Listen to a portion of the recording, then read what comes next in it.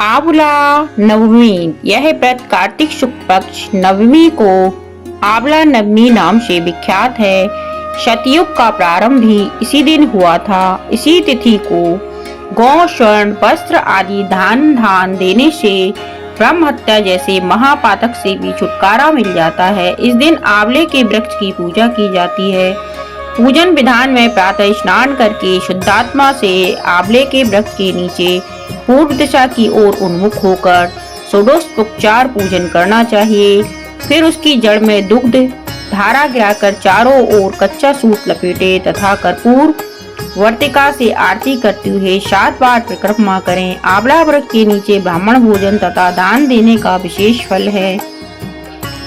कथा। काशी नगरी में बहुत धर्मात्मा, दानी तथा निसंतान एक वणिक था। वे पति पत्नी दोनों संतान के अभाव में दिनों दिन कातर तथा मलिन होते जाते थे। कुछ समय पश्चात वैश्य की पत्नी से एक स्त्री ने कहा कि यदि तुम किसी पराये लड़के को बलि भैरव के नाम से कर दो तो यह पुत्र कामना अवश्य पूरी हो जाएगी। यह बात वैश्य के पास भी पहुंची, मगर उसने अस्वीकार कर दिया। लेकिन सखी की बात वैश्य की पत्नी भूली नहीं, मौके की तलाश करती रही।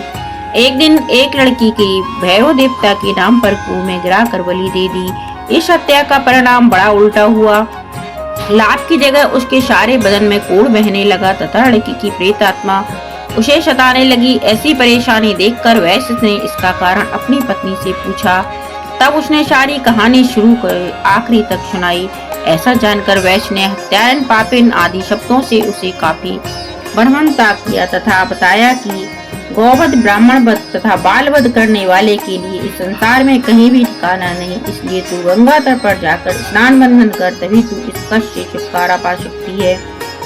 वैश्य पत्नी ने ऐसा ही किया। गंगा किनारे रहने लगी। थोड़े ही दिन बीते थे कि एक दिन गंगा जी वृद्धा स्त्री का रूप बनाकर आए और कहने लगी, हे दुखिया, तू मथुरा नगरी में जाकर कार्तिक नवमी का व्रत रखना तथा आंवला वृक्ष की परिक्रमा करते हुए पूजन करना। यह व्रत करने से तुम्हारा सब पाप नष्ट हो जाएगा। घर आकर अपने पति से उसने सब बातें बताई हुई आज्ञा लेकर मथुरा जाकर विविध व्रत रखकर पूजन किया। ऐसा करने से भगवान की कृपा से दिव्य शरीर वाली हो गई। पुत्र लाभ कर जन्म में गोलोक को प्रस्थान किया। बोलो आप मैया की जय।